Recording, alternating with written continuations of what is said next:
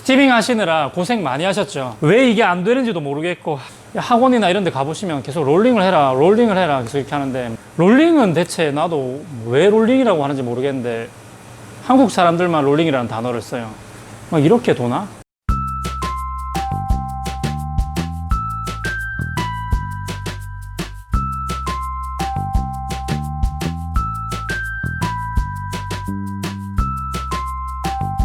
행커 아부대장입니다.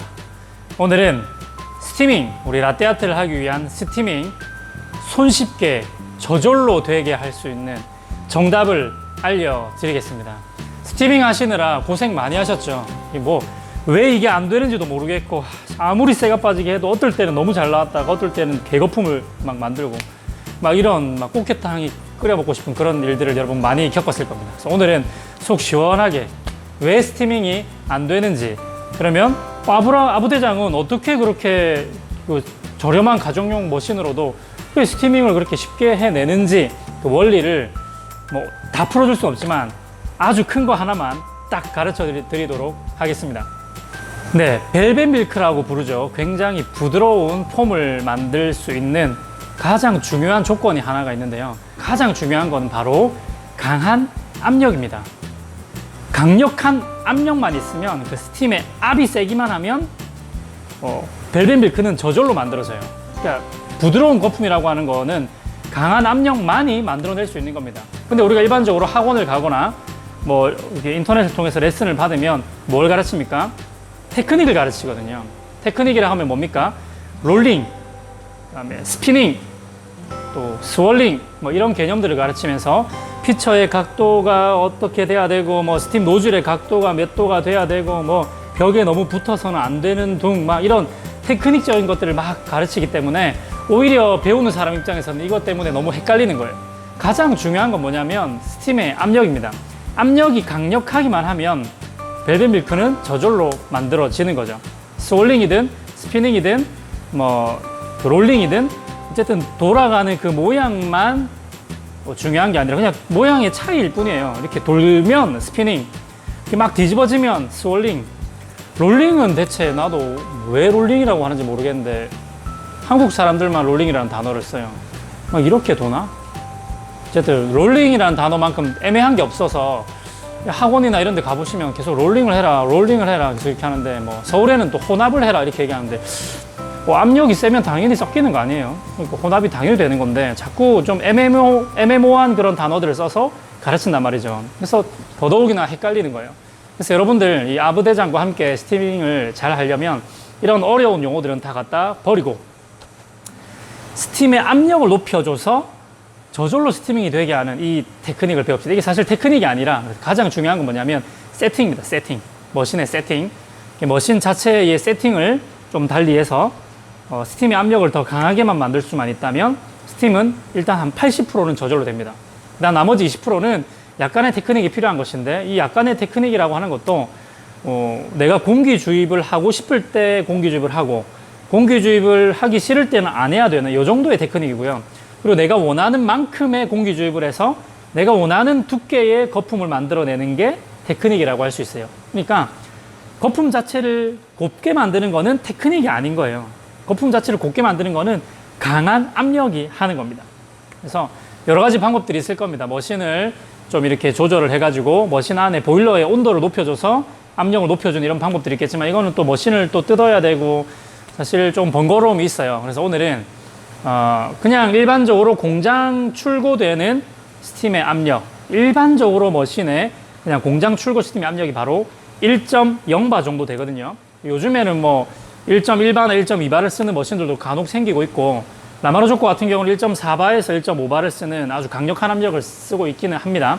그래서 오히려 라마르조코 이런 머신들이 스팀이 잘 쳐지는 거예요.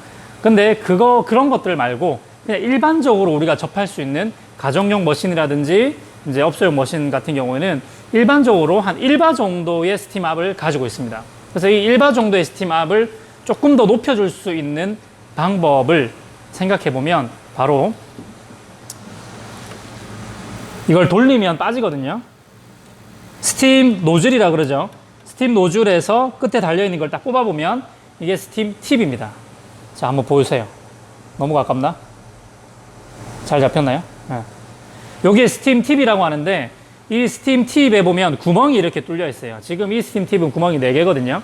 그리고 어떤 거는 3개짜리도 있고 어떤 거는 5개짜리도 있어요. 그리고 문제는 이 스팀 팁의 구멍이 막 큰 것도 있고요. 좀 작은 것도 있어요.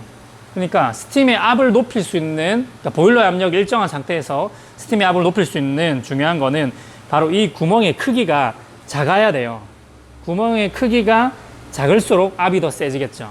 말하자면 이런 거예요. 우리가 수도꼭지로 물을 틀어가지고 이게 구멍을 막아가지고 더 멀리 쫙 물을 뿌리잖아요.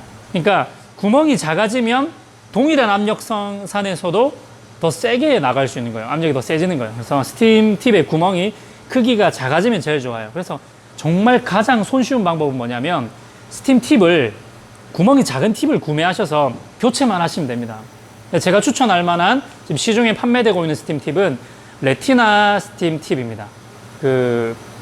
갑자기 기억이 안 나죠? 혹시 기억나나? 디자인 커피. 기억났다.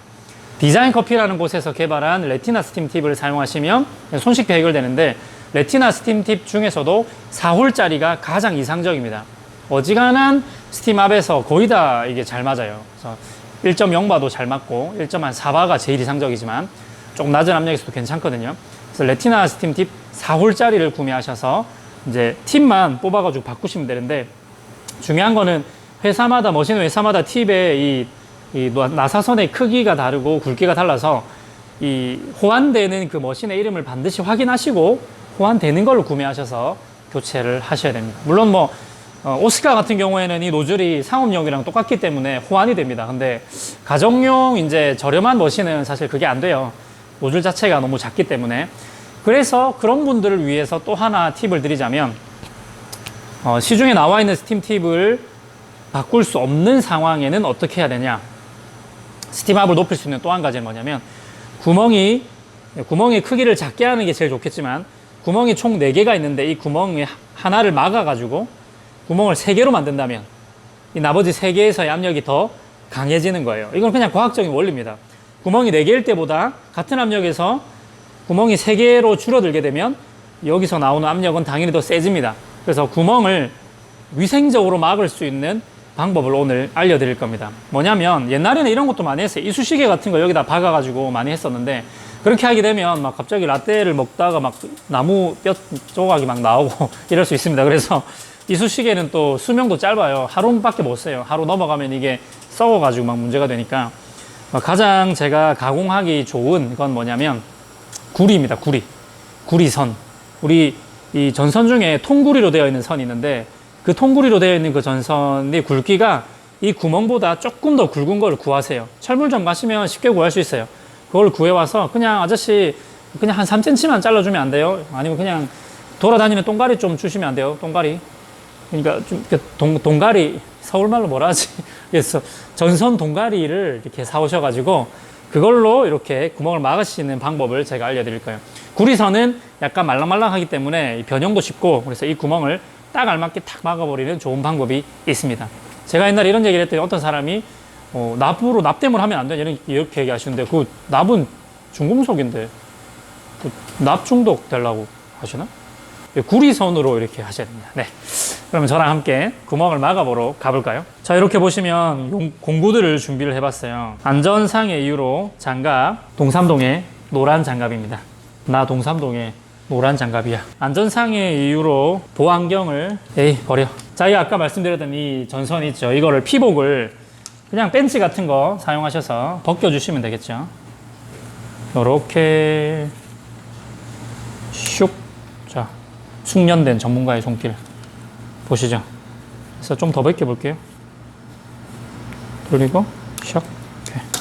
자, 이 구리선을 이 구멍에다 이렇게 딱 막는 겁니다. 자, 어떻게 하느냐? 좀 뾰족하게 만들 거예요. 끝을 이게 좀 잘라가지고 이렇게 날카롭게 비스듬하게 이렇게 딱 자르세요. 이렇게 좀 뾰족해졌죠? 반대쪽도 이렇게 해가지고 니퍼 같은 걸 하면 좀 더 좋아요. 이렇게 하셔가지고 보시면 좀 뾰족해졌는데요. 요거를 이제 망치로 조금 두들기세요.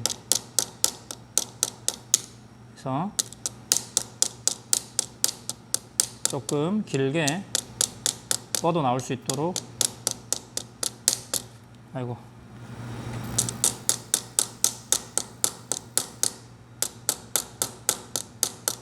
간단한 손기술만 있으면 할 수 있습니다. 자, 지금부터는 작업 타임.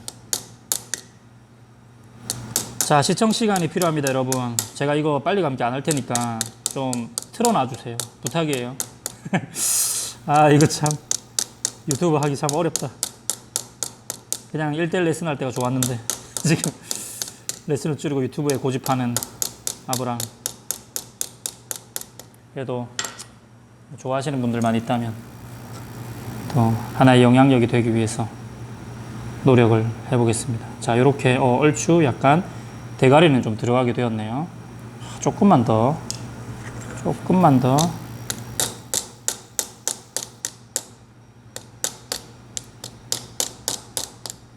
평집게 있으면 좀 더 쉽게 할 수 있는데 여러분들이 아마 집에 평집게가 없을 거기 때문에 제가 오늘 그냥 집에 누구나 있을 법한 이 벤치랑 망치 정도만 가지고 한번 해볼게요. 이 플라이어도 가져오긴 했는데 필요 없을 것 같아요. 그래서 일단은 넉넉하게 일단 조금 잘라봐주고, 자, 이 정도로 잘라서 구멍 하나를 막아 볼 겁니다. 적당히 세우고 망치로 쳐 넣어 볼까요? 조금 잔인한가? 안 된다. 큰일 났다. 네, 여러분. 병집게 갖고 와야 될 것 같은 느낌인데, 잠깐만. 또 들어간다. 되고 있어. 그래서, 그냥 잘라버리고, 짤막하게 잘라버리고, 남은 부분을 망치로 박아 넣어 볼게요. 혹시 각도가 안 좋나? 제발. 좋아. 들어가고 있죠? 숙련된 장인의 손길. 들어갔습니다. 다 됐어. 다 됐어. 그렇죠.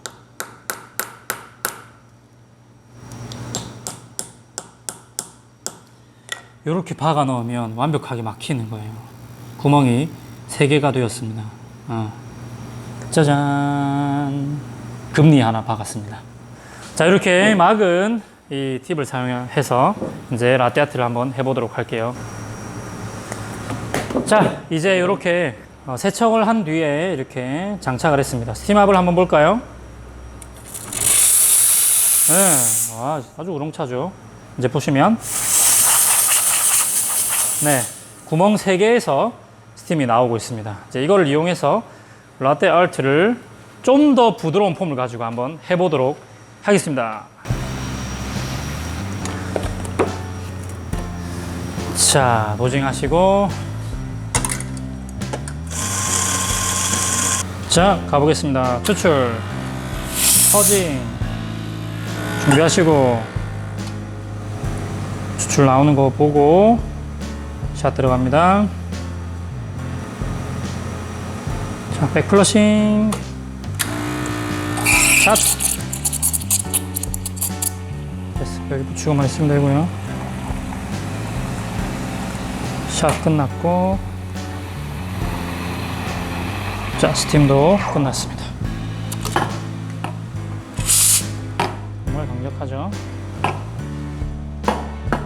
자, 한번 해볼게요. 뭐를 한번 그려볼까?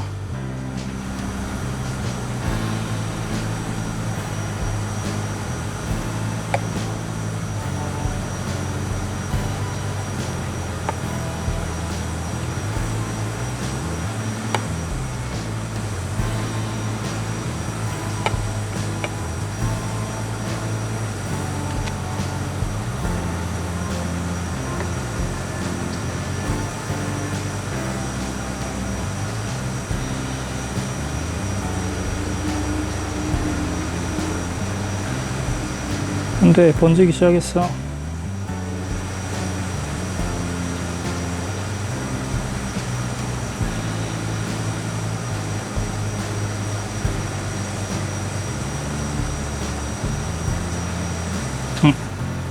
조금 번졌는데요. 그래도 유니콘 한번 그려봤어요. 네, 이렇게 스티밍의 압력을 높일 수 있는 간단한 방법을 한번 알아봤습니다. 가장 좋은 거는 레티나 스팀 팁을 쓰면 그냥 끝납니다. 레티나 스팀 팁 안 써본 사람은 말을 하지 마세요. 정말 좋으니까 필요한 만큼만 공기 주입을 치직치직 한 다음에는 이 스피닝, 이렇게 도는 현상이 생기든 스월링, 뒤집어지는 현상이 생기든 아니면 스피닝과 스월링이 동시에 이렇게 일어나든 관계하지 마시고 원하는 공기 주입이 끝나고 나면 그냥 깊이 담그세요. 깊이 담궜는데 이게 압력이 너무 세가지고 나는 공기 주입을 안 하고 싶은데 또 치직치직 하면서 들어간다. 그럴 때는 그냥 과감하게 벽에다가 갖다 붙이세요. 벽에다가 그냥 딱 붙이기만 하면 추가적으로 공기 주입이 될 일은 없습니다. 그러면 알아서 이 압력이 거품을 부드럽게 만들어 줄 거예요. 네, 다 끝나고 나서 확인을 했는데 거품이 그래도 거칠다. 아부대장이 말대로 했는데 왜 거품이 거친가요? 하면 두 가지 이유밖에 없습니다. 하나는 온도가 너무 높거나 또 하나는 그냥 공기 주입을 많이 했거나 둘 중에 하나입니다. 그래서 거품이 좀 거칠다. 그러면 해볼 수 있는 거는 온도부터 체크를 해보시고요. 온도가 너무 높지 않는다면 공기 주입을 많이 한 거니까 이 치익치익 하는 그 공기 주입하는 시간을 더 줄여보세요. 더 줄여보시거나 이걸 너무 많은 폭으로 내리게 되면 콰직콰직 하잖아요. 콰직콰직 하면 한 번에 생기는 거품이 많아요. 그러니까 조금만 섬세하게 찌직찌직 하는 정도로만 움직여서 공기 주입을 하시면 좋은 거품을 분명히 얻어낼 수가 있을 겁니다. 온도가 높아지게 되면 왜 거품이 거칠어지냐면요. 보일의 법칙이라고 합니다. 또 어려운 말이 시작됐는데요. 이 온도가 1도 상승할 때마다 기체의 부피는 25분의 1만큼 증가한다. 이 원리에 의해서 이 우리가 만들어 놓은 이 그 거품도, 우유 거품도 안에 기체가 들어있잖아요. 이 기체의 온도가 올라감에 따라서 이 거품, 이 부피가 점점 커지면서 나중에는 표면 이 장력이 약해져서 거품이 터지는 현상이 생겨나요. 그래서 우유에 끓는 점이 아직 오지도 않았는데도 한 70도, 80도부터도 막 거품이 터지는 것 같은 모양이 보이고 거품이 거칠어지는 이유가 이 보일의 법칙 때문에 그래요. 그래서 온도가 너무 높게 되면 이 거품을 유지할 수가 없게 됩니다. 다 터져버리니까. 그래서 온도를 너무 높게 하지만 않으신다면 충분히 괜찮은 폼을 얻어낼 수가 있으니까 다른 거 고민하지 마시고 압력을 높이는 것. 그 다음에 막 불필요한데 공기 주입이 된다? 이러면 이제 벽에다 딱 갖다 붙여서 공기 주입이 안 되도록 하는 것. 그리고 그럼에도 불구하고 거품이 너무 거칠다. 이러면 공기 주입을 너무 오래 했거나 아니면 너무 많이 내려가지고 공기 주입을 너무 크게 했거나 아니면 온도가 너무 높거나 이 세 개 중에 하나라는 사실 기억하고 수정해 나가시면 아마 스티밍이 굉장히 쉽게 될 겁니다. 네, 감사합니다. 다음 시간에도 좋고 유익한 그런 소식들을 가지고 여러분들의 그 답답한 마음을 속 시원하게 해결해드리는 아브람이 되도록 하겠습니다. 안녕!